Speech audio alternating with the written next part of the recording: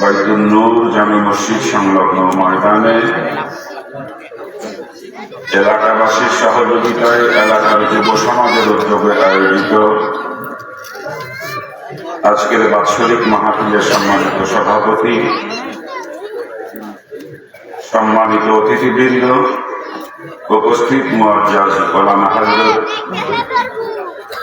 দূর দূরান্ত থেকে আগত দিনদার ইমানদার আমার ইসলাম বিরোধী বাবা জিও ভাইজানেরা, পর্দার অন্তরালে শ্রবণতা, আমার স্নেহময়ী মা ও বোনেরা এবং আমার স্নেহের কচিকা আচারা, আপনারা বাদ আসর থেকে নিয়ে দীর্ঘ রাত পর্যন্ত বিভিন্ন ওলামা হযরতের জবান থেকে কোরআন হাদিসের আলোকে অত্যন্ত মূল্যবান আলোচনা শুনেছেন। এখন আমি নালায়েক আপনাদের সামনে উপস্থিত, আল্লাহ পাকের তৌফিক এনায়েত করেন এবং সাথে সাথে আপনারা যদি অন্তর থেকে দোয়া করেন, আমি আপ্রাণ চেষ্টা করব কোরআন এবং হাদিসের আলোকে সংক্ষিপ্ত কিছু কথা আপনাদের সামনে বলার। আসুন সর্বপ্রথম পাঁচজাতের দরবারে শুকরিয়া জ্ঞাপন করি, যিনি আজকের এই সময়ে এই জমিনের কোটি কোটি মানুষকে বিবিধ প্রকার নাফরমানির মধ্যে নিমজ্জিত রেখে আমাকে আর আপনাকে আজকের এই কোরআন হাদিসের আলোচনার মজলিস রিয়াদুল জান্নাহ তথা বেহেশতের বাগিচায় অল্প সময় বসার সুযোগ করে দিয়েছেন। এই জন্য পাঁচ জাতের শুকরিয়া সকলে একবার জবান খুলে বলি আলহামদুলিল্লাহ।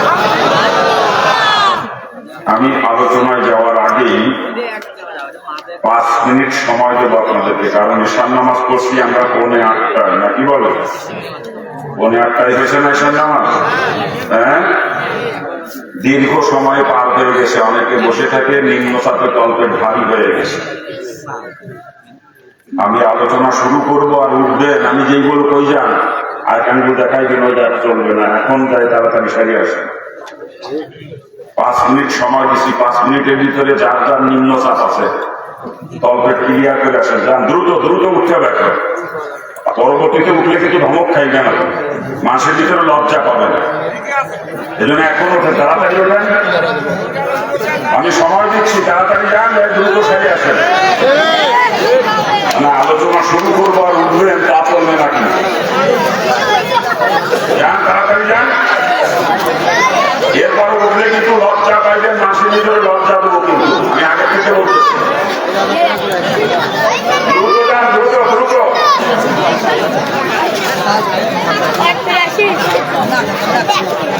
মুরব্বীরা এখনো বসে রয়েছে, পর উঠবেন কিন্তু ধমক খাইবেন।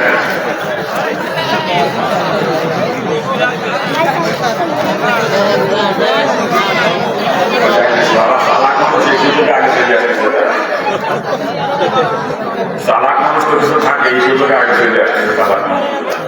আলহামদুলিল্লাহ,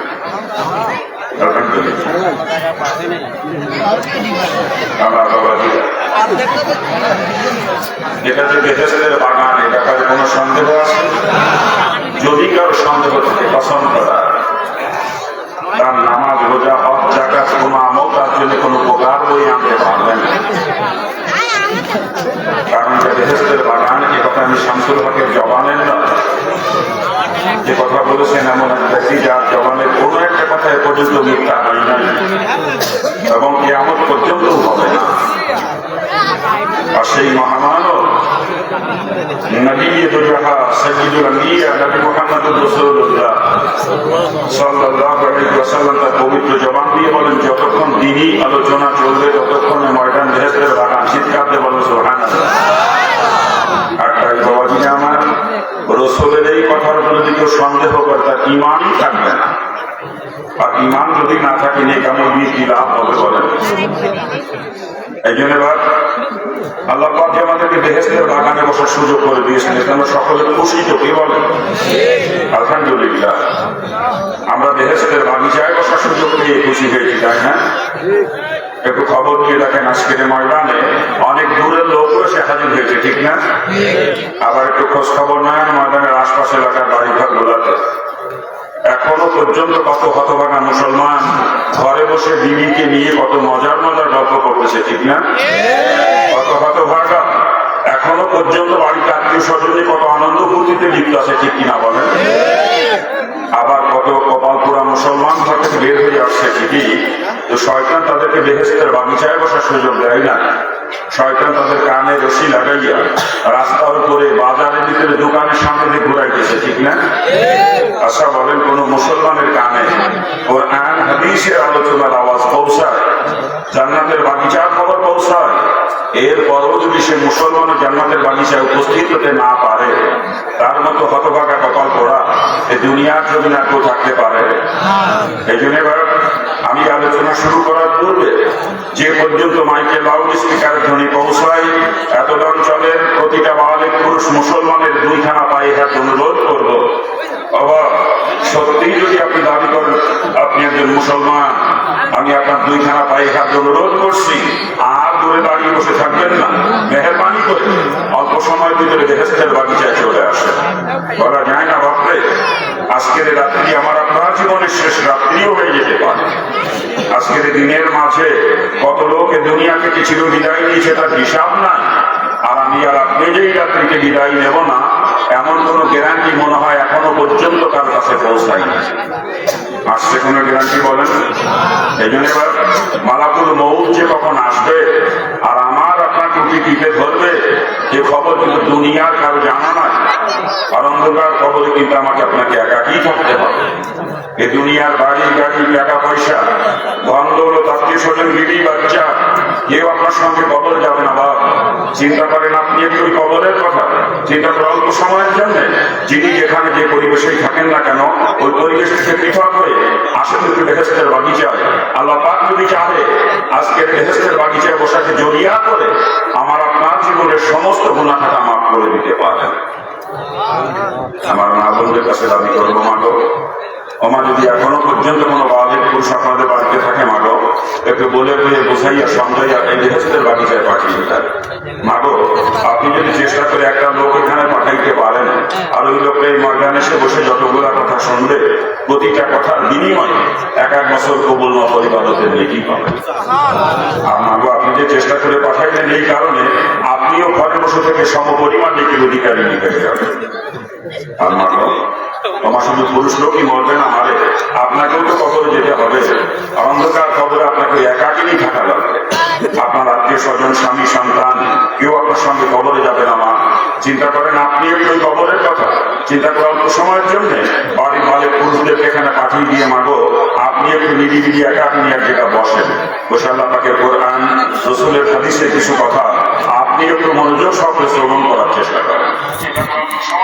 আমার বাবাজিরা, অল্প সময়ের মধ্যে আলোচনা শুরু হবে ইনশাআল্লাহ। আর আলোচনা হবে কোরআনে পাকের একটা আয়াতের একটু অংশ তেলাওয়াত করেছি, আল্লাহ পাক তৌফিক দিলে ওর আলোকেই কিছু কথা বলবো। তবে আলোচনার শুরুতে একটু দিক নির্দেশনা আপনারা জানেন, আমি সাধারণত কিচ্ছা কাহিনীর আলোচনা করি না, চেষ্টা করি সমাজের মুসলমানের প্রয়োজনীয় কিছু কথা বলার জন্য।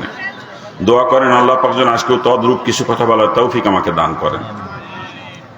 আজকে সমাজের মুসলমানের যে সমস্ত রোগ, যে সমস্ত রোগের কারণে আজকে সমাজের মুসলমান ক্রমান্বয়ে জাহান্নামের দিকে ধাবিত হচ্ছে, আমি একটু চেষ্টা করি সমস্ত রোগের ঔষধ দিয়ে মুসলমানকে ওই জাহান্নামের পথ থেকে ফিরিয়ে জান্নাতের পথটা দেখানোর জন্য। আর আগেই বলে রাখি, যখন যে রোগের ঔষধ আমি দেব, রোগটা যদি আপনাদের কারো ভিতরে থাকে তার কিন্তু সহ্য করা কষ্ট হবে, একটু জ্বালাপোড়া করবে। আর এটাই স্বাভাবিক, কারণ রুগীর শরীরে যদি ঘা থাকে, রুগী ডাক্তারের কাছে গেলে ডাক্তার কিন্তু ঘাড় উপরে মলম লাগাবে, ঠিক না? আর মলম যখন লাগাবে তখন জ্বালাপোড়া করবেই, কি বলেন? আর জ্বালাপোড়া করার কারণে রুগী যদি এরকম চিন্তা ভাবনা করে যে কি ডাক্তারি কি ওষুধ দিলে এত জ্বলে পড়ে যায়, ওই ডাক্তারের কথা শুনবো না, ওই ওষুধ আর ব্যবহার করবো না। ও রুগীর রোগ কি কোনোদিন ভালো হবে বলেন? ওকে রোগ নিয়েই কবরে যাওয়া লাগবে, ঠিক না? তদ্রূপ ভাবে আমিও যখন যে রোগের ঔষধ দেবো, রোগটা যদি আপনাদের কারো ভিতরে থাকে তারও কিন্তু সহ্য করা কষ্ট হবে, একটু জ্বালাপোড়া করবে। আর জ্বালাপোড়া করার কারণে আপনিও যদি এরকম চিন্তা ভাবনা করেন যে কি হুজুর রে কি ওয়াজ পেতে বেশি কথা কয়, এই চিন্তা করে ময়দান থেকে উঠে যদি বাড়ির দিকে হাঁটেন, বুঝতে হবে আপনার রোগ জিন্দেগিতে ভালো হবে না। আর আপনি যদি রোগ নিয়ে কবরে যান, জাহান্নাম থেকে বাঁচার কোনো রাস্তা আপনার সামনে খোলা থাকবে না। আমি আগেই বলে নিচ্ছি, আমি আপনাদেরকে কিছু বেশি কথা বলবো, এমন অনেক কথা বলবো যেই কথা শোনার পর অনেকে লজ্জাও পাবেন। আর যে বেশি কথা লজ্জা দেওয়া কথা বলবো, কসম খোদারের পিছনে আমার ব্যক্তিগত কোনো স্বার্থ নাই। আমার উদ্দেশ্য যে একটু বেশি কথা বলেও যদি মুসলমানের সন্তানকে জাহান্নামের পথের থেকে ফিরানো যায়। আর আমি বলবো না, বেশি কথা কে বলবে বলেন? আমি হিন্দুর ঘরে জন্ম নিয়ে আজকে আমি ইসলামী অনুশাসন মেনে চলতে পারি, অথচ আপনাদের মাঝে আমি ইসলাম খুঁজে পাই না। আফসোস লাগে, এই হিন্দু থাকতে কোরআন হাদিস পড়েছিলাম, বলছি ইসলাম আমি কোরআন হাদিসে পেয়েছিলাম, বর্তমান সমাজের অধিকাংশ মুসলমানের মাঝেই সেই ইসলাম আমি খুঁজে পাই না। দুঃখে কলিজাটা কান্দে যে ইসলাম কোথায় আর আজকের সমাজের মুসলমান কোথায়। শুধু এই দুঃখ নিয়ে একটু বেশি কথা আপনাদেরকে বলি, আর এই জন্য যদি একটু বেশি কথা বলি রাগ করবেন না তো কেউ? সত্যি রাগ করবেন না তো? এখন বলতেছেন না, কিন্তু যখন ঘাড়ের উপরে পড়বে তখন কিন্তু রাগ হবে। কিন্তু রাগ হইলে আমার করণীয় কিছু নাই, কারণ ব্যক্তি স্বার্থ নিয়ে কোনো কথা আমি বলি না। মুসলমানকে জাহান্নাম থেকে বাঁচানোর উদ্দেশ্য নিয়ে কথা বলি, এতে করে রাগ হয়, আমার কিচ্ছু আসবে যাবে না, ঠিক কিনা? বাবাজির একটা জিনিস চিন্তা করতে হবে, ডাক্তার রুগীকে কাটে চেরে অপারেশন করে ব্যথা দেয়, এটা কি ডাক্তার নিজের ভালোর জন্য করে নাকি রুগীর ভালোর জন্য করে বলেন তো? তা আপনাদের এলাকার কারোর সঙ্গে তো আমার কোনো শত্রুতা নেই, কি বলেন? কারোর সঙ্গে আত্মীয়তার বন্ধনও নাই, ঠিক কিনা? অর্থের কোনো লেনদেন কারোর সাথে নাই, জমির আল ঠেলা ঠেলিনি বা জমি ভাগাভাগি নিয়ে কোনো দ্বন্দ্ব ফাসাদও কারোর সাথে নাই, ঠিক না? এরপরেও যদি আমার কথায় কারো রাগ হয়, বুঝতে পারলে আসলে তার কপাল পড়ছে, ঠিক না? কি জোরে বলেন? আসেন আলোচনা শুরু করতে যাচ্ছি। যারা এখনো দূরে আছেন, মেহেরবানি করে দ্রুত ময়দানে চলে আসতে হবে। বাজান, আপনি মুসলমানের সন্তান মুসলমান, আর আমি হিন্দুর বাচ্চা মুসলমান। আপনাদের মাঝে আসছি আল্লাহর দ্বীন সম্পর্কে কিছু আলোচনা করবে এই আশা নিয়ে। আর ওই জন্য অনুরোধ করব, এলাকার একটা মুসলমানের সন্তানও দূরে থাকবে না। যদি কোনো মুসলমানের সন্তানের কানে আমার মাইকের আওয়াজ পৌঁছায়, আমি আবারও আপনার পায়ে হাত দিয়ে অনুরোধ করছি, মেহেরবানি করে ময়দানে চলে আসতে হবে। আর যদি কেউ বলে যে আমি মুসলমানের সন্তান না, তার না আসলেও চলবে, কথা ঠিক না? কিন্তু কোনো মুসলমানের সন্তান দূরে থাকতে পারবে না, কারণ কোরআন হাদিসের আলোচনার আওয়াজ কানে পৌঁছানোর পরে মুসলমান কখনো দূরে থাকতে পারে না, ঠিক না? হ্যাঁ, অনেক সময় আমার নাম শোনার পরে অনেক হিন্দু ভাইয়েরাও আসেন মাহফিলে। যেহেতু আমি হিন্দু থেকে মুসলমান হয়েছি, তাই ওনারাও জানতে চান যে আমি কেন মুসলমান হয়ে গেলাম। তা আজকের মাহফিলে হয়তো বা সেরকম দু চারজন হিন্দু বদলোক আসতে পারেন না, কি বলেন? আর যদি কোনো হিন্দু বদলোক এসে থাকেন, ওনার জন্য কিন্তু ময়দানে বসতে নিষেধ নাই, কারণ ময়দান সকলের জন্য উন্মুক্ত। এ কোরআনে কারিমের ময়দান।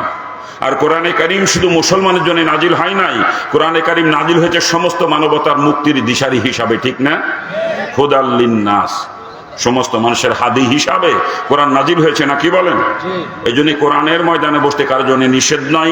যদি কোনো হিন্দু বদলোক এসে থাকেন, উনিও বসতে পারবেন এই ময়দানে, কোনো অসুবিধা নাই।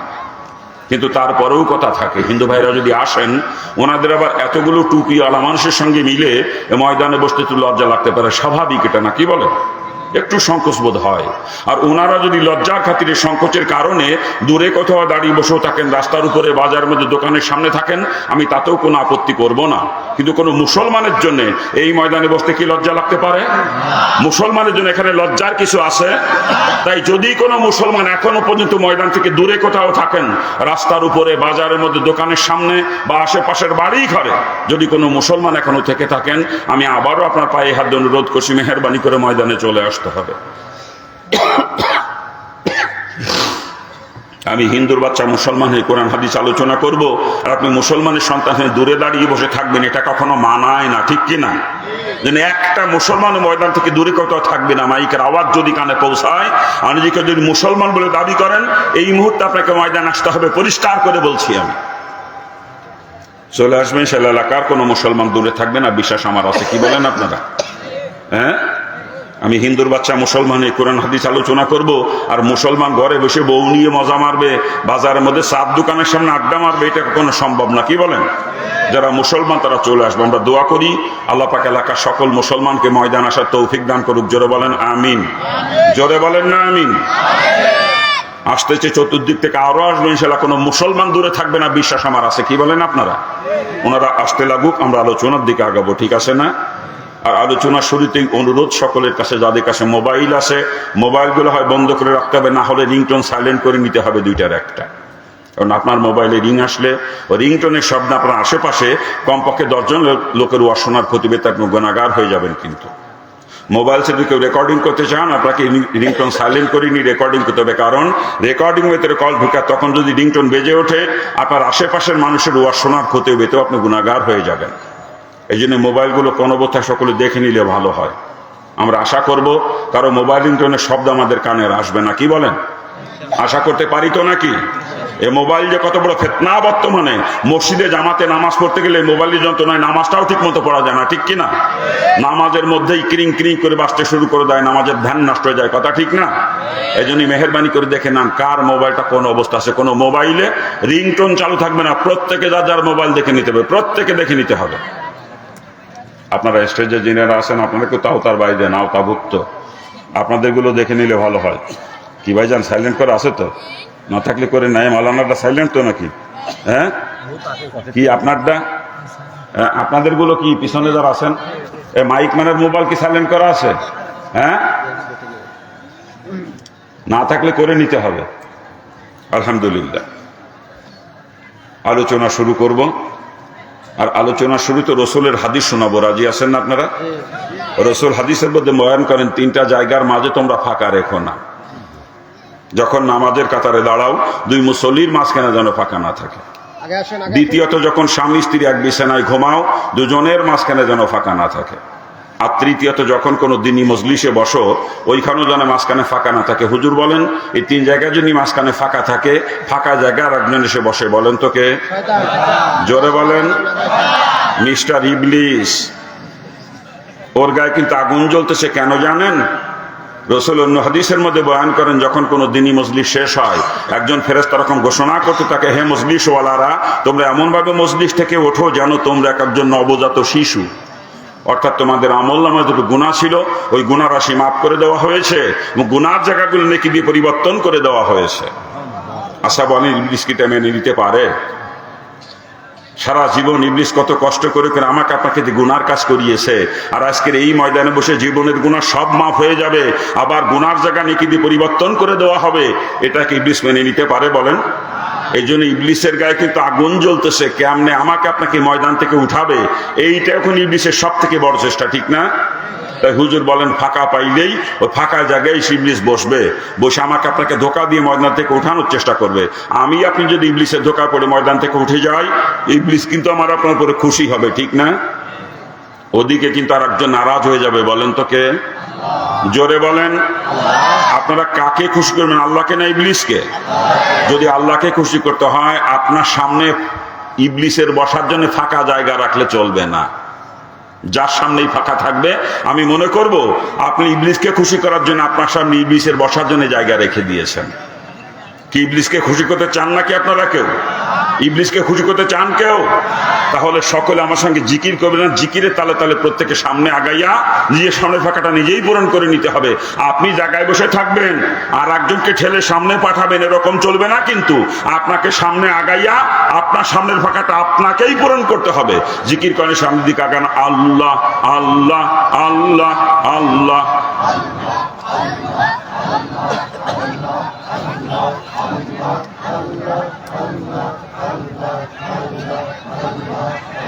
एक बार लिखे दिया अलग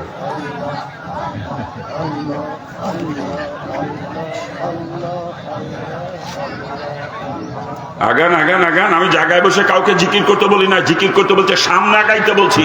কারো সামনে কোনো ফাঁকা জায়গা থাকবে না, ইবলিসের বসার কোনো জায়গা ময়দানের মাঝখানে থাকবে না। আগান, দ্রুত দ্রুত আগাইতে হবে, দ্রুত দ্রুত দ্রুত। ওই পিছন দিকে বসে আছেন, আপনারা নড়তেছেন না, ব্যাপারটা কি? নাকি বিবি সাহেবের সাথে ওয়াদা করে আইছেন যে জায়গাতে বসবো ওই জায়গাটা নড়বো না? কি ভাই জানা, ভাবি সাহেবের তো ওয়াদা করে আইছেন নাকি কেউ? আরে যদি ওয়াদা করে আসে থাকেন, ওয়াদা খেলাপ করে সামনে গেলে নেকি হবে, গুনাহ হবে। আগান আগান। দিনী মজমায় গায়ে গায়ে মিলে বসা সুন্নাত। একটা সুন্নাতের যে কত দাম আমরা জানি না।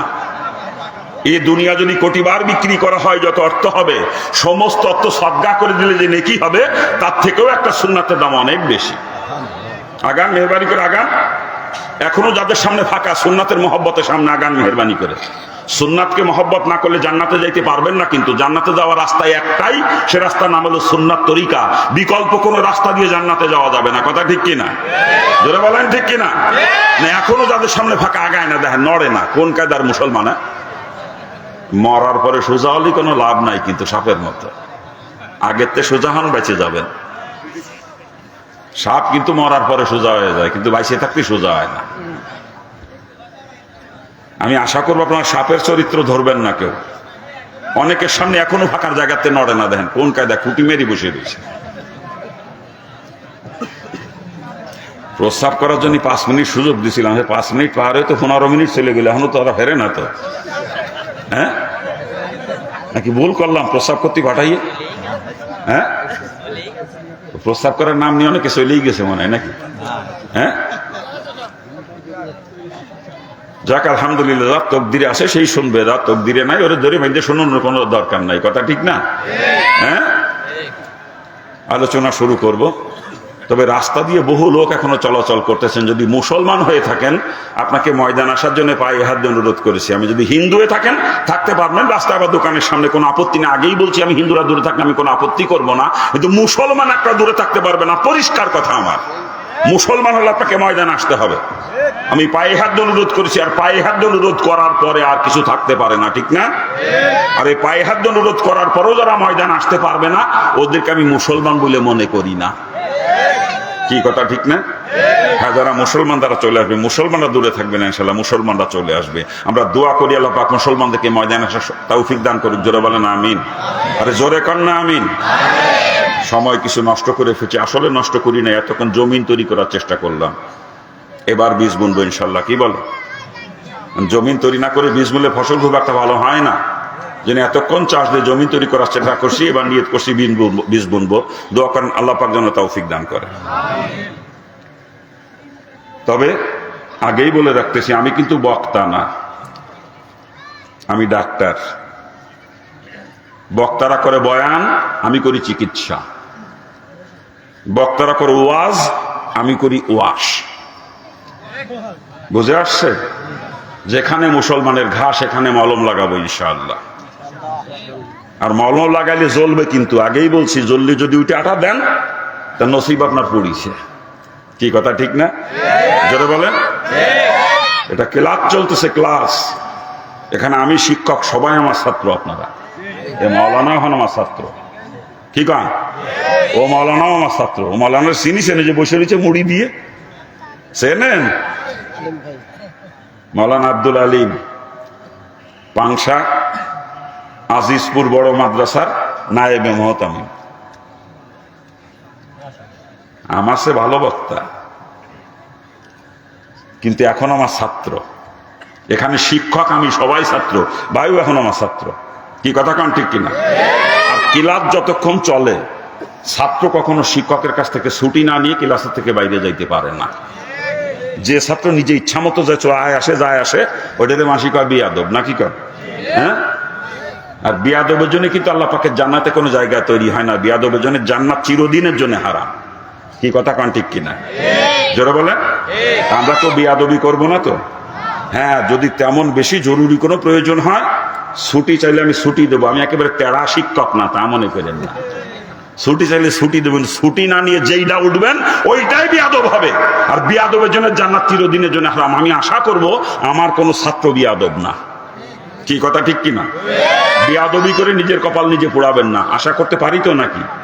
আল্লাহ পাক তৌফিক দান করুক। আসেন আমি আপনাদের সামনে কোরআনে পাকের থেকে তেলাওয়াত করেছি। আল্লাহ পাক পরিষ্কার করে জানিয়েছেন, ওমা খালাকতুল জিন্না ওয়াল ইনসা ইল্লা লিয়াবুদুন। জিন এবং ইনসান এই দুই জাতিকে আল্লাহ পাক কেন সৃষ্টি করেছেন সে উদ্দেশ্য এখানে বয়ান করেছেন, ঠিক না?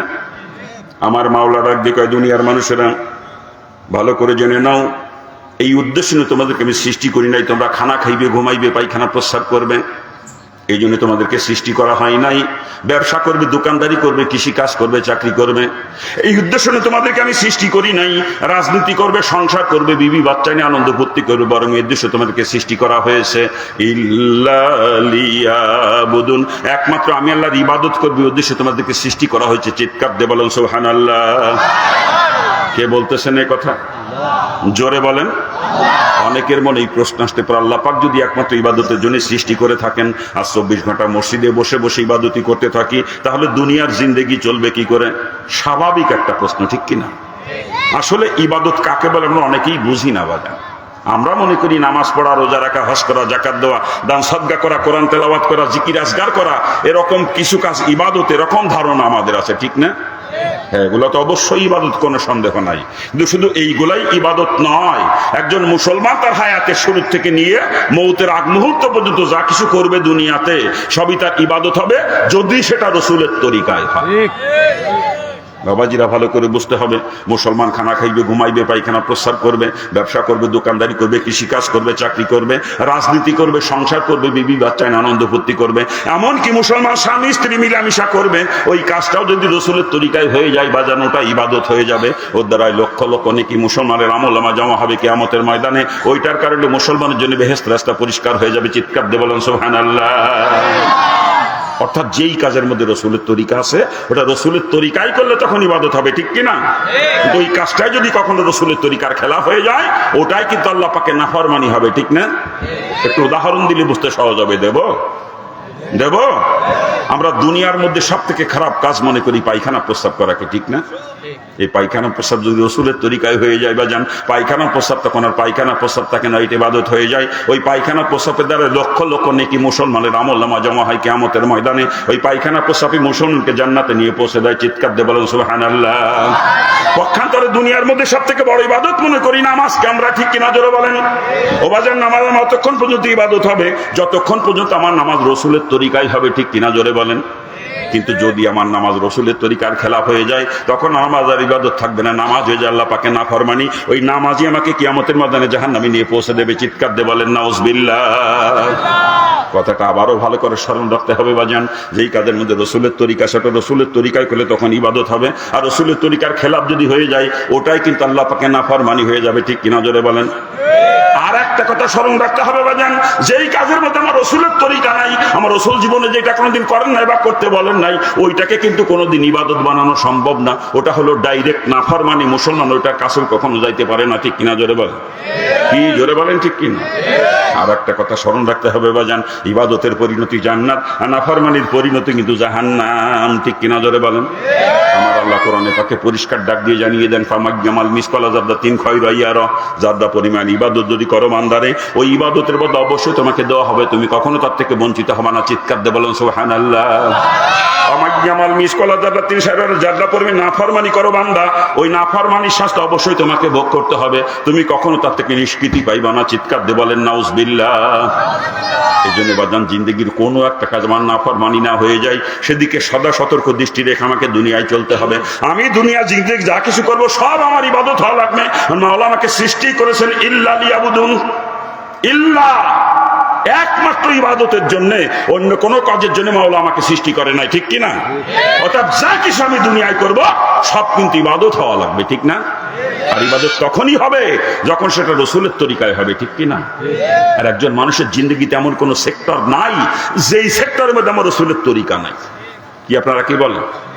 এ to Z, up to bottom, সর্ব সেক্টরে রসুলের তরিকা আছে নাই?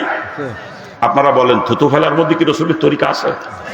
মাথার চুল কাটা ছাটার মধ্যে, গোপদাড়ি কাটা ছাটার মধ্যে, বগলের পশম, নাভি নিচে পশম পরিষ্কার করার মধ্যে, কান পরিষ্কার করার মধ্যে, দাঁত মাজার মধ্যে, নাক পরিষ্কার করার মধ্যে, হাতে পায়ে নখ কাটার মধ্যে, পোশাক পরিচ্ছদের মধ্যে এমন কোন সেক্টর যে মানুষের জিন্দগিতে নাই যেই সেক্টরের মধ্যে রসুলের তরিকা নাই, ঠিক কিনা? কি জোরে বলেন? খানা খাওয়ার মধ্যে কি রসুলের তরিকা আছে? পায়খানা প্রস্রাবের মধ্যে, ঘুমানোর মধ্যে, ব্যবসার মধ্যে, চাকরির মধ্যে, কৃষিকাজের মধ্যে, বিবাহ শাদীর মধ্যে, স্ত্রীর সঙ্গে মিলামিশার মধ্যে, সন্তান লালন পালনের মধ্যে, আত্মীয়দের সঙ্গে আচরণের মধ্যে, প্রতিবেশীর সঙ্গে আচরণের মধ্যে, বিধর্মীদের সঙ্গে আচরণের মধ্যে এমন কোন সেক্টর যে মানুষের জিন্দগিতে নাই যেই সেক্টরের মধ্যে রসুলের তরিকা নাই, ঠিক কিনা? কি জোরে বলেন? এমনকি বগল নিচের পশম, নাভির নিচের পশম কিভাবে পরিষ্কার করতে হবে তার মধ্যেও রসুলের তরিকা আছে। কি কথা ঠিক না? জোরে বলেন। আর রসুলের তরিকায় যেইটা করব ওইটার নাম ইবাদত, রসুলের তরিকার খেলাফ যেইটা করব ওইটার নামই হলো নাফরমানি, ঠিক কিনা? কি জোরে বলে? যে থুতু ফেলবেন আপনি, আপনার থুতু ফেলাটাও ইবাদত হতে হবে, কারণ আল্লাহ পাক থুতু ফেলার জন্য আপনাকে সৃষ্টি করে নাই, সৃষ্টি করেছে ইল্লা লিয়াবুদুন, একমাত্র ইবাদতের জন্য, ঠিক কিনা? আর থুতু রসুলের তরিকায় যখন ফেলবেন তখন ইবাদত হবে। আর রসুলের তরিকার খেলাফ যদি থুতু ফেলেন, আপনার থুতু ফেলা নাফরমানি হয়ে যাবে। ওই থুতু ফেলার কারণে আপনাকে জাহান্নামে চলে যাওয়া লাগবে। নাফরমানি যত ছোটই হোক না, আল্লাহ পাক জানিয়ে দিয়েছে যারা পরিমাণও যদি হয় তার শাস্তি ভোগ করতেই হবে। আর আখেরাতে নাফরমানির শাস্তি দেওয়ার জায়গা একমাত্র জাহান্নাম, বিকল্প আর কোনো জায়গা নাই। কথা ঠিক না? থুতু ফেলাটাও যদি নাফরমানি হয়ে যায়, আল্লাহ পাক যদি মাফ করে না দেয় জাহান্নামে যাওয়াই লাগবে, কোনো নাই, নিস্তার নাই। কথা ঠিক না? জোরে বলেন। খুব সতর্ক বাজান, খুব সতর্ক। যেটাই করব দুনিয়ায় সব আমার ইবাদত হতে হবে, কোনোটা নাফরমানি না হয়ে যায়। আল্লাহ পাক সৃষ্টি করছে একমাত্র ইবাদতের জন্য। ইবাদতের পরিণতি জান্নাত, নাফরমানির পরিণতি জাহান্নাম। সব জায়গায় রসুলের তরিকা আছে, রাজনীতির মধ্যে মনে হয় রসুলের তরিকা না। কি কন, রাজনীতির মধ্যেও আছে? রসুল রাজনীতিও করেছেন। রসুল শুধু রাজনীতি করেছেন তা নয় বাজান, রসুল আমার রাষ্ট্রপ্রধানও ছিলেন। ঠিক কি? শুধু রসুল একা নন, রসুলের সব থেকে কাছের চারজন মানুষ হযরত আবু বকর, হযরত ওমর, হযরত ওসমান, হযরত আলী রাদিয়াল্লাহু আনহুমা, চারজনই রাষ্ট্রপ্রধান ছিলেন। ঠিক না? তাহলে রাজনীতি রসুলও করেছেন, সাহাবায়ে কেরামও করেছেন। ঠিক না? কিন্তু আমাদের দেশের অধিকাংশ মুসলমানের বর্তমান ধারণা এরকম হয়ে গেছে, হুজুররা বা রাজনীতি করবে কে? হুজুররা আল্লাহ বিল্লে করবে, আর দাওয়াতকে ফাট দিলে বেড়াবে। আর রাজনীতি করবে খাড়াই মুতাব দল আর দাড়ি কামানের গোষ্ঠী নাকি? আজকাল মুসলমানের গোষ্ঠী ভালো করে শোনেন, রাজনীতি ওলামায়ে কেরাম আগে করবে। রসুলের পরিষ্কার হাদিস, ইন্নাল উলামা ওরাসাতুল আম্বিয়া, নিশ্চয়ই ওলামায়ে কেরাম নবীদের ওয়ারিস। কথা ঠিক না? যারা বলেন, অর্থাৎ যেই কাম নবী করছে ওলামায়ে কেরামই সেই কাম আগে করবে। যেই বিআক্কেল রাজনীতি করে না, ওরা আলেম করলে গুনাহ হবে, কসম খোদার, ও আলেম নামের কলঙ্ক। ইসলামী শাসন ব্যবস্থা কায়েমের চেষ্টা যে করে না, সে কখনো আমার নবীর ওয়ারিস হতে পারে না। কি কথা ঠিক না? এই জন্য প্রত্যেকটা ওলামায়ে কেরাম তো রাজনীতি করে, শুধু ওলামায়ে কেরামই করবে তা না, প্রত্যেকটা মুসলমানের জন্য ইসলামী রাজনীতি করা ফরজ। এটা ফরজে কেফায়া না, যে কিছু লোকে করলে হয়ে যাবে এরকম না, এটা ফরজে আইন। প্রত্যেকটা মুসলমান জন্য তার নিজ দেশে ইসলামী শাসন ব্যবস্থা কায়েমের চেষ্টা করা ফরজ। আপনি যে দেশেই বসবাস করেন না কেন, আমেরিকা হতে পারে, অস্ট্রেলিয়া হতে পারে, কানাডা হতে পারে, চীন, Russia, Japan, France, Nepal, Bhutan, Indonesia, Malaysia, Bharat, Bangladesh, যে দেশেই আপনি বসবাস করেন না কেন, আপনি একাই মুসলমান ওই দেশে, আর কোনো মুসলমানও নয় আপনার দেশে। আপনি একা। আপনি একাও যদি মুসলমান হয়ে থাকেন কোন দেশে, আপনার মৃত্যুর আগ মুহূর্ত পর্যন্ত ওই দেশে ইসলামী শাসন ব্যবস্থা কায়েমের চেষ্টা করে যাওয়া আপনার জন্য ফরজ। কায়েম করা আপনার দায়িত্ব না, কায়েম করা আমার মাওলার দায়িত্ব, কিন্তু কায়েমের চেষ্টা করা আপনার দায়িত্ব, এটা ফরজ আপনার জন্য। কি কথা ঠিক কিনা? যারা বলেন। আর ইসলামী শাসন ব্যবস্থা কায়েমের চেষ্টা করা যদি ফরজ হয়ে থাকে, ইসলামী রাজনীতি করা প্রত্যেকটা মুসলমানের জন্য ফরজ। কথা ঠিক না? যারা বলেন ঠিক কিনা? যেই মুসলমান ইসলাম কায়েমের রাজনীতি করবে না, ইসলামী শাসন ব্যবস্থা কায়েমের রাজনীতি করবে না, কিয়ামতের ময়দানে পহেলা কাতারে ফরজ তরকের গুনাহগার হিসাবে জাহান্নামে চলে যাবে। মনে রেখে দিয়েন। আল্লাহ পাক সকলকে বোঝার এবং আমলের তৌফিক দান করে। খারাপ লাগতেছে আপনাদের? খারাপ লাগে বাজান? ও বাজান, আমি বাপের ঘরের কথা বলতেছি না, কোরআন সুন্নাহর আলোচনা করতেছি। কথা ঠিক না? জোরে বলেন। আশ্চর্য লাগে, আশ্চর্য লাগে। আমাদের দেশের অনেক নাম করা মুফতি, মুহাদ্দিস, এরাও কত সুন্দর বুক ফোলাইয়া কয় আমরা রাজনীতি রীতি পছন্দ করি না। মোবাল্লেগের গোষ্ঠীকে আমরা রাজনীতি রীতি পছন্দ করি না। আরে কত পীর সাহেব, নাম করা পীর সাহেব, লক্ষ লক্ষ মুরিদ যাদের, হেরাও কত সুন্দর বুক ফুলে ফুলকে আমরা রাজনীতি পছন্দ করি না, তাই না? ফতোয়া আমি দেব না, ফতোয়া দেবেন আপনারা। রসুল জীবদ্দশায় যত কাজ করেছে সবকে আমাদের পক্ষে করা সম্ভব? সবকে আমরা করতে পারবো? আমরা না লায়েক, আমাদের পক্ষে সম্ভব না। রসুল যা করেছেন জীবদ্দশায় তা করা, সব করা আমাদের পক্ষে সম্ভব না। কথা ঠিক না? কিন্তু রসুল যেই কাজগুলো করেছেন এর ভিতরে আদনা একটা কাজকেও যদি কখনো কেউ অপছন্দ করে, সাথে সাথে সে বেঈমান হয়ে যাবে, কাফের হয়ে যাবে। কি কথা ঠিক না? একজন মুসলমান কোনোদিন টুপি মাথায় দেয় না, এই জন্য তার ইমান চলে যাবে না। যদি কখনো বলে যে টুপি আমি পছন্দ করি না, সাথে সাথে তার ইমান চলে যাবে। একজন মুসলমান সারা জীবন জুব্বা কোনোদিন গায়ে দেয় নাই, এই জন্য সে বেঈমান হয়ে যাবে না। যদি কখনো বলে আমি জুব্বা টুব্বা পছন্দ করি না, সাথে সাথে সে বেঈমান হয়ে যাবে। একজন মুসলমান সারা জীবন দাড়ি কোনোদিন রাখে নাই, এতে গুনাহগার হলেও সে কাফের হয়ে যাবে না। যদি কখনো বলে যে আমি দাড়ি টাড়ি পছন্দ করি না, সাথে সাথে সে কাফের হয়ে যাবে, কোনো দলিল লাগবে না এখানে, বিনা দলিলে কাফের। কথা ঠিক কিনা? ঠিক তদ্রুপ একজন মুসলমান কোনো কারণে রাজনীতি করে নাই বা করতে পারে নাই, এতে গুনাহগার হইলেও তার সে কাফের হয়ে যাবে না। যদি কখনো বলে যে আমি রাজনীতি পছন্দ করি না, তাতে যত বড় মুফতি হোক আর মুহাদ্দিস হোক আর যত বড় মোবাল্লেগ হোক আর যত বড় পীর সাহেব হোক না কেন, ও বিনা দলিলে কাফের। কারণ রাজনীতি রসুল করে নাই, রাজনীতি রসুল করে নাই। এই রাজনীতি যদি কেউ অপছন্দ করে, রসুলের কাজকে অপছন্দ করে, ওটা বিনা দলিলে কাফের। ব্যাপারে কোনো দলিলের প্রয়োজন নাই। কথা ঠিক কিনা? জোরে বলেন ঠিক কিনা? আল্লাহ পাক সকলকে বোঝার এবং আমলের তৌফিক দান করুন।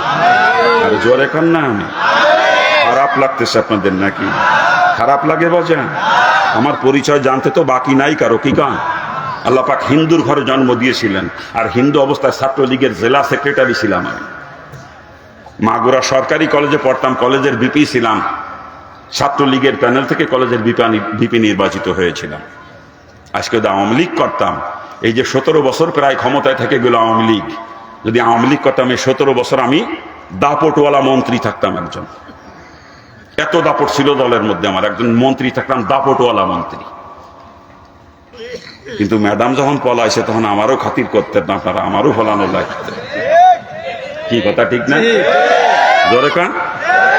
আমারও ফলানো লাগতো, কিন্তু আল্লাহ পাক তার আগেই আমাকে বুঝ দিয়ে দিয়েছেন। আমি যখন ইসলাম গ্রহণ করছি, আল্লাহ পাক তখনই আমাকে বুঝ দিয়ে দিয়েছেন, মুসলমান তো কখনো কুফরি মতবাদ কায়েমের চেষ্টা করতে পারে না। কুফরি মতবাদ কায়েমের চেষ্টা ওরাই করবে যারা কাফের, তারা। আর যে মুসলমান সে ইসলাম কায়েমের চেষ্টা করবে, ঠিক কিনা? আমি যতদিন হিন্দু ছিলাম, কাফের ছিলাম, ততদিন কুফরি মতবাদ কায়েমের চেষ্টা করেছি। কিন্তু এখন তো আমি একজন মুসলমান, এখন আমার চেষ্টা হবে আল্লাহর জমিনে আল্লাহর দ্বীন কেমনে কায়েম করা যায়।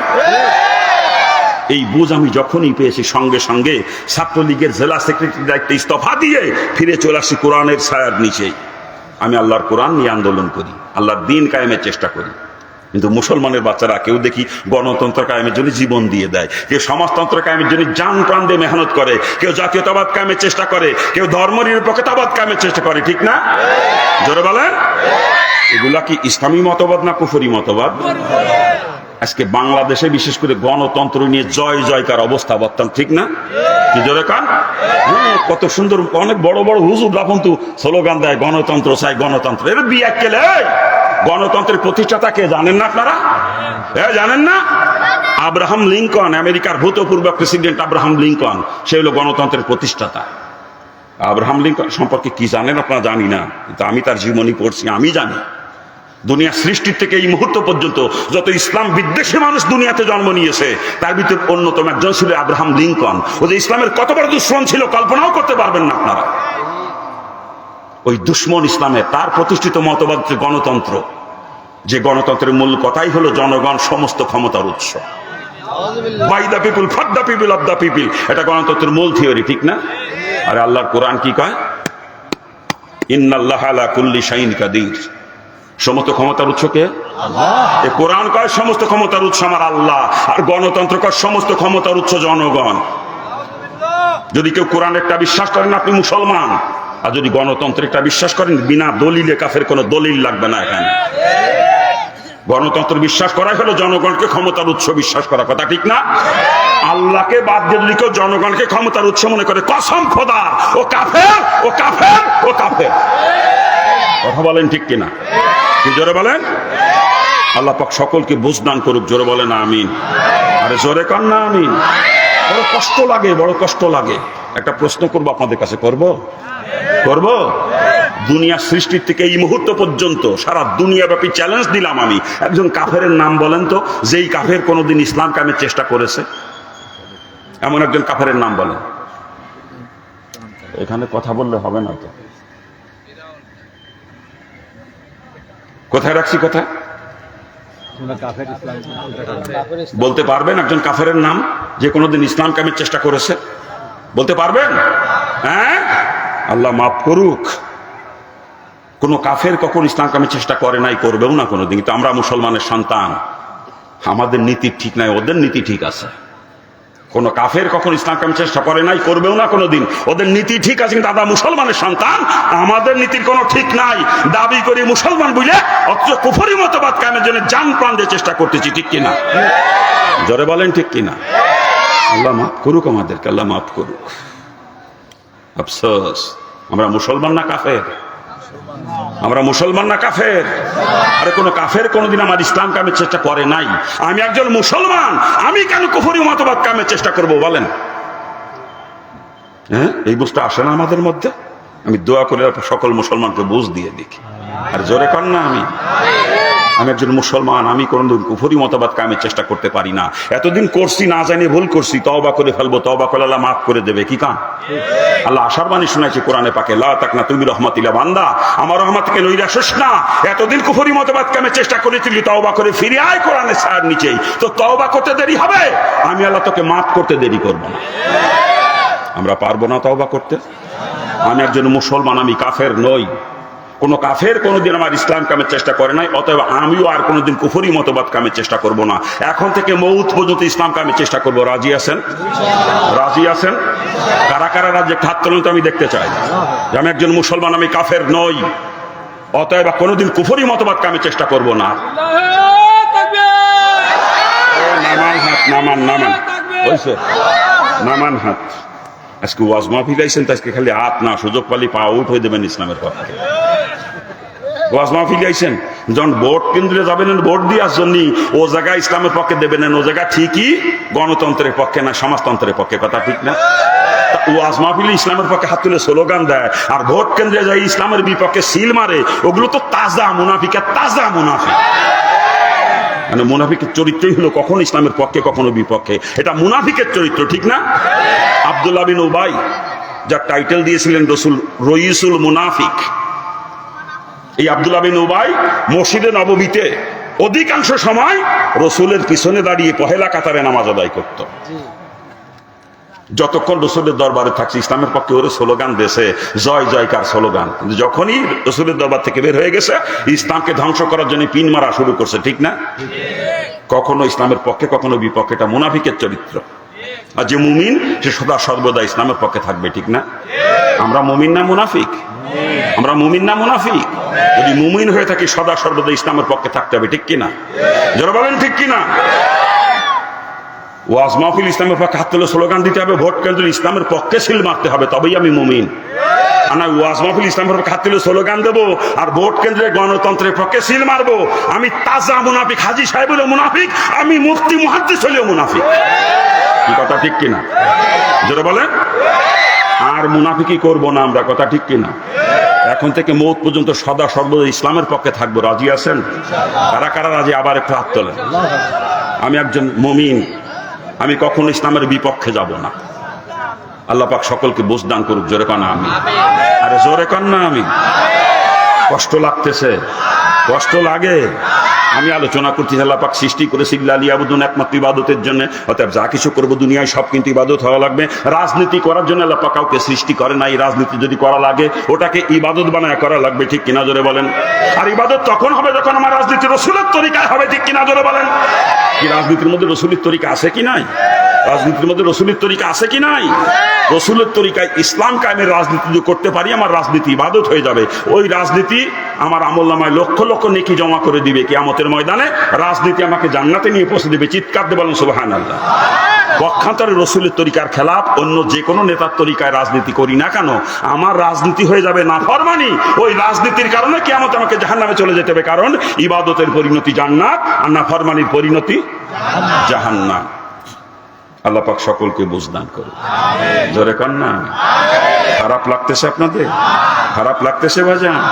বড় কষ্ট লাগে, বড় কষ্ট লাগে। চরমোনায় যাইয়ে পীর সাহেবের বয়ান শুনে হাত পাও সাইকেন জায়গায় দেয় ইসলামের পক্ষে, কিন্তু এলাকায় এসে যেই নির্বাচন শুরু হয়, তখন দেখা যায় খেলা। আমার বিয়েই দাঁড়াইছে নির্বাচনে, বিয়েই রে থুয়ে যায় কেমনে? আমার বাইরা ভাই দাঁড়াইছে, তারে থুয়ে কেমনে যায়? আমার স্বাস্থ্য ভাই দাঁড়াইছে, তারে থুয়ে কেমনে যায়? অথচ স্বাস্থ্য ভাই দাঁড়াইছে গণতন্ত্রের সমর্থনে, বিয়েই দাঁড়াইছে সমাজতন্ত্রের সমর্থনে। কথা ঠিক না? ধরে কা আল্লাহ মাফ করুক, আল্লাহ মাফ করুক। তোর বিয়াই হতে পারে, তোর আপন ভাইও যদি হয় ইসলামের বিপক্ষে নির্বাচন করতেছে, তুই যদি ইমানদার বলে দাবি করিস, তোর ভোট তোর আপন ভাইও পাবে না। কি কথা ঠিক কিনা? ইমানদার বলে দাবি করলে তোর ভোট তোর আপন ভাইও পাবে না। কিন্তু একজনের সঙ্গে তোর কোনো কারণে হয়তো দুশ্মনী থাকতে পারে, কিন্তু লোকটা ইসলামের পক্ষে দাঁড়িয়েছে। তুই যদি সত্যিকারে ইমানদার হয়ে থাকিস, তোর ভোট তোর ওই দুশ্মনকে দিতে হবে, কারণ সে ইসলামের পক্ষে। কি কথা ঠিক কিনা? জোরে বলেন ঠিক কিনা? আল্লাহ পাক সকলকে বুঝদান করুক। জোরে বলেন আমিন। আরে জোরে কর না আমিন। ইসলাম কোন তন্ত্র মন্ত্রের কাছে নিরাপদ না। ইসলাম আর মুসলমান কোন তন্ত্রমন্ত্রের কাছেই নিরাপদ না ইসলাম আর মুসলমান। কথা ঠিক কিনা? জোরে বলেন। ইসলাম শুধুমাত্র কোরআন সুন্নাহর হাতে নিরাপদ। কথা ঠিক না? বাংলাদেশের ইসলামকে টিকিয়ে রাখতে গেলে, এদেশের মুসলমানদেরকে নিরাপদে রাখতে গেলে কোরআন সুন্নাহ ভিত্তিক শাসন ব্যবস্থার কোনো বিকল্প নাই। কথা ঠিক কিনা? জোরে বলেন ঠিক কিনা? বহুত তন্ত্রমন্ত্র দেখছি আমরা, বহুত তন্ত্রমন্ত্র। আওয়ামী লীগকে ইসলামের দুশ্মন মনে করি আমরা। কথা ঠিক না? হ্যাঁ, ওরা ইসলামের দুশ্মন, কারণ ওরা গণতন্ত্রের রাজনীতি করে, কোনো সন্দেহ নাই। বিএনপি কোন তন্ত্রের রাজনীতি করে? বিএনপি কোন তন্ত্রের রাজনীতি করে? বিএনপি কি ইসলামের বন্ধু তাই মনে করেন? হ্যাঁ, এর আগে যখন 4 দলীয় জোট ক্ষমতায় ছিল, বিএনপির নেতা মন্ত্রী ঢাকা মালিবাগ মসজিদের জায়গা, মসজিদ ভেঙে সেখানে শপিং মল তৈরি করবে, দখল করে নিচ্ছিল। সেখানে 6 জন শাহাদাত বরণ করে চরমোনার মুরিদ, 6 জন আল্লাহর ঘর মসজিদকে রক্ষা করতে যাইয়ে। এখন সে মসজিদের নাম হচ্ছে সেই 6 জনের নামে শহীদি মসজিদ। জানেন না ইতিহাস?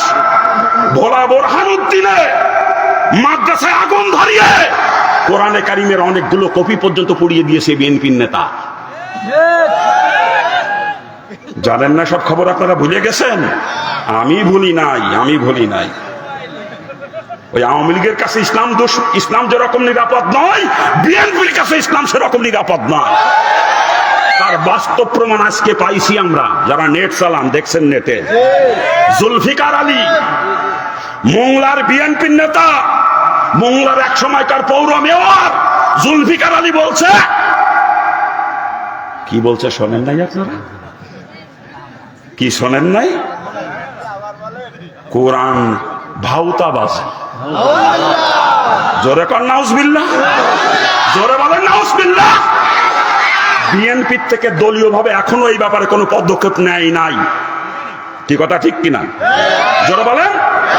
বিএনপি থেকে দলীয় ভাবে ওই কুলাঙ্গারের বিরুদ্ধে, ওই জুলফিকার কুত্তার বিরুদ্ধে এখনো কোনো পদক্ষেপ নেয় নাই দলীয় ভাবে। অতএব আমরা মনে করি বিএনপি ইসলামের দুশ্মন। কি কথা ঠিক কিনা? যেমন আওয়ামী লীগ ইসলামের দুশ্মন, বিএনপি ইসলামের দুশ্মন। আর যে দেশে শতকরা 92% মুসলমান, এদেশের দুশ্মনদেরকে আর ক্ষমতায় যাইতে দেওয়া হবে না। ইসলামের দুশ্মনদেরকে আমরা আর ক্ষমতায় দেখতে চাই না। ওই কুত্তার বাচ্চা, কুত্তা জুলফিকার কুত্তা আমার সামনে পাইলে জিহ্বা টাইনে ছিঁড়ে ফেলে দেবো আমি। কত বড় বুকের পাটা কুত্তা! ও কয় কোরআন ভাউতাবাজি। আমার আল্লাহ কোরআনের মধ্যে কয়, যা লিকাল কিতাবু লা রাইবা ফি, যে কিতাবের মধ্যে কোনো সন্দেহ নাই। কি জোরে বলেন ঠিক কিনা? যদি কেউ এরকম বিশ্বাস করে যে কোরআনের মধ্যে সন্দেহ আছে, কসম খোদার, ও কাফের, ও 14 গোষ্ঠী কাফের। কি কথা ঠিক কিনা? জোরে বলেন ঠিক কিনা? আমরা ওই জুলফিকারের ফাঁসি চাই। বর্তমান অন্তর্বর্তীকালীন সরকারের কাছে আমাদের দাবি, ওই কুত্তার বাচ্চা কুত্তার ফাঁসি দিতে হবে। আর বিএনপি যদি কুত্তার বাচ্চার বিরুদ্ধে কোনো পদক্ষেপ না নেয়, সারা বাংলার মুসলমান বিএনপিকে আওয়ামী লীগের মতো বয়কট করবে।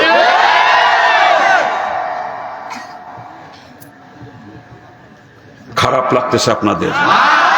বড় কষ্ট হয়, কলিজা ফাইটে যায় দুঃখে। আমি হিন্দুর ঘরে জন্মেছি, আমি কোরআনের জন্য জীবন দিতে প্রস্তুত। এই জীবন হাতের তালুতে নিয়ে ঘুরি আমি। শাহাদাতের সোদা পান করার সুযোগ পেলে 1 মুহূর্ত দেরি করব না, 1 মুহূর্তও না। আমি আল্লাহর কোরআনের জন্য জীবন দিতে প্রস্তুত। আর তুই মুসলমানের বাচ্চা, তুই কোরআনকে বলিস ভাউতাবাজি। এই বাংলার জমিনে যে দেশে শতকরা 92% মুসলমান, এই দেশে কুলাঙ্গারের হয় ফাঁসি হতে হবে, আর না হলে জনগণ কচু কাটা করবে শয়তানের বাচ্চা শয়তানকে। আর বিএনপি যদি ওর বিরুদ্ধে কোনো পদক্ষেপ না নেয়, বিএনপি কেউ ছেড়ে কথা বলবো না আমরা।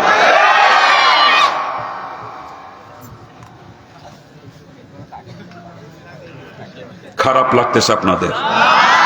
ইসলামের ব্যাপারে, কোরআন সুন্নাহর ব্যাপারে আমরা সবাই এক। কি কথা ঠিক কিনা? আমাদের ভিতরে হাজারো মতভেদ থাকতে পারে বিভিন্ন বিষয় নিয়ে, কিন্তু ইসলামের ব্যাপারে, কোরআন সুন্নাহর ব্যাপারে সব একমত আমরা। কি কথা কান ঠিক কিনা? যেমন আওয়ামী লীগকে তাড়িয়েছি, যারা ইসলামের সঙ্গে গাদ্দারি করবে, কোন গাদ্দারের জায়গা বাংলার জমিনে হবে না ইনশাআল্লাহ। আল্লাহ পাকে দেশের মুসলমানকে ইসলাম বুঝার তৌফিক দান করুন।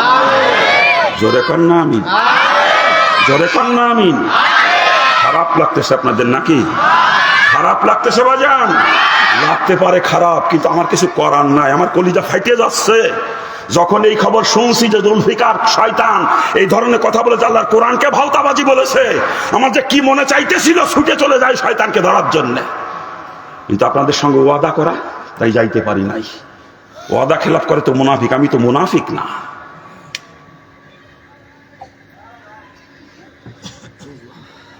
বিএনপি এখনো পর্যন্ত এ ব্যাপারে কোনো পদক্ষেপ নেয় নাই, এখনো পর্যন্ত কোনো পদক্ষেপ আমার জানা মতে নেয় নাই। আমি তো নেট চালাই না, আমার দুইটা মোবাইলেই দেখেন। এই যে আমি যখন আসতেছিলাম, আজকে গতকালকে প্রোগ্রাম ছিল সাপাহার, নওগাঁ ডিস্ট্রিক্ট সাপাহার, একেবারে বর্ডারে, ইন্ডিয়ার বর্ডারে। সেখান থেকে রওনা দিছি সারাদিন গাড়িতে। গাড়ির ভিতরে এক আল্লাহর বান্দা আমার চেনে, ও মোবাইলের ভিতরে আমার দেখাইতেছে ঘটনা। আমি নিজে নেট চালাই না, আমার কোনো টাচ মোবাইলও নাই। আল্লাহর এক বান্দা গাড়ির ভিতরে দেখাইতেছে আমাকে, একজন যাত্রী। আমার পাত থেকে মাথা রক্ত যেন মাথায় উঠে গেল সাথে সাথে। এই ধরনের কথা বলতে পারে বাংলার জমিনে? হ্যাঁ, এদেশের মুসলমান এখনো চুপ করে বসে আছে। হ্যাঁ, আল্লাহর কোরআন নিয়ে এত বড় ধৃষ্টতা। অতএব আওয়ামী লীগের কাছে ইসলাম যেরকম নিরাপদ নয়, বিএনপির কাছে ইসলাম সেরকম নিরাপদ নয়। কথা ঠিক কিনা? ধরে বলেন ঠিক কিনা? বাংলার জনগণ যেরকম আওয়ামী লীগকে বয়কট করেছে, ভবিষ্যতে বিএনপিকে সেরকম বয়কট করবে। এবার সংসদ গঠিত হবে আল্লাহর কোরআনের সংসদ। কথা বলেন ঠিক কিনা? এবার সংসদ হবে টুপিওয়ালাদের সংসদ, এবার সংসদ হবে ইসলামের সংসদ। কথা বলেন ঠিক কিনা? দেশ পরিচালনা করবে কোরআনের ধারক বাহকরা, ইসলামের ধারক বাহকরা দেশ পরিচালনা করবে। কথা ঠিক কিনা? আল্লাহ পাক এই দেশকে ইসলামের জন্য কবুল করুক। জোরে বলেন আমিন। আরে জোরে বলেন না আমিন। খারাপ লাগতেছে আপনাদের? লাগলে কিচ্ছু করার নাই বাজান, ইসলামের জন্য জীবন দিতেও প্রস্তুত। কি বলেন আপনারা? আরে আসছি দুনিয়ায় মরার জন্যই। কথা ঠিক না? দুনিয়ায় আসছি শুধু মরার জন্যই, মরতে তো হবেই। আমি চাই যে আমার সে মৌতটা শাহাদাতের মৌত হোক। আমি সিংহের মতো মরতে চাই, সিংহের মতো, শিয়ালের মতো মরতে চাই না। আমি আবু সাইদের মতো বুক পেতে দিতে আমিও জানি, আবু সাইদের মতো বন্দুকের সামনে বুক পেতে দিতে আমিও জানি। ইসলামের জন্য, দেশের জন্য প্রয়োজন বোধে বুক পেতে দেবো বন্দুকের নলের সামনে, তবু পিছপা হব না কোনোদিন। আমি মুনাফিক নই, আমি একজন মুমিন। হিন্দুর ঘরে জন্ম দিয়েছিল আল্লাহ পাক। আল্লাহ পাক যে মারে মুসলমান বানাইছে, জাহান্নামের থেকে বাঁচাইছে, আমি সারা জীবন সেজদায় পড়ে থাকলে শুকরিয়া আদায় করে শেষ করতে পারবো না। আমি তো জাহান্নামের কীট ছিলাম, জাহান্নামের, আমার নাম শুনে মানুষ ভয়তে কাঁপিয়ে উঠত। এমন একজন ত্রাস ছিলাম আমি, এমন একজন ত্রাস। নাম শুনি মানুষ কাঁপিয়ে উঠত। আল্লাহ সেইখান থেকে ফিরে আনছে, আমার আলেম বানাইছে, আল্লাহ আলেম বানাইছে। আল্লাহ পারে না এমন কিছু নাই। হেদায়েত যদি দুনিয়ার কোনো মানুষের হাতে থাকতো, কসম খোদার আমি জীবনে হেদায়েত পাইতাম না। যদি দুনিয়ার কোনো মানুষের হাতে হেদায়েত থাকতো, আমি জীবনে হেদায়েত পাইতাম না। হেদায়েত আমার মাওলার হাতে নিশ্চয়, কোনো সন্দেহ নাই। যার কারণে আমার মতো কুত্তার আল্লাহ হেদায়েত দিয়েছে।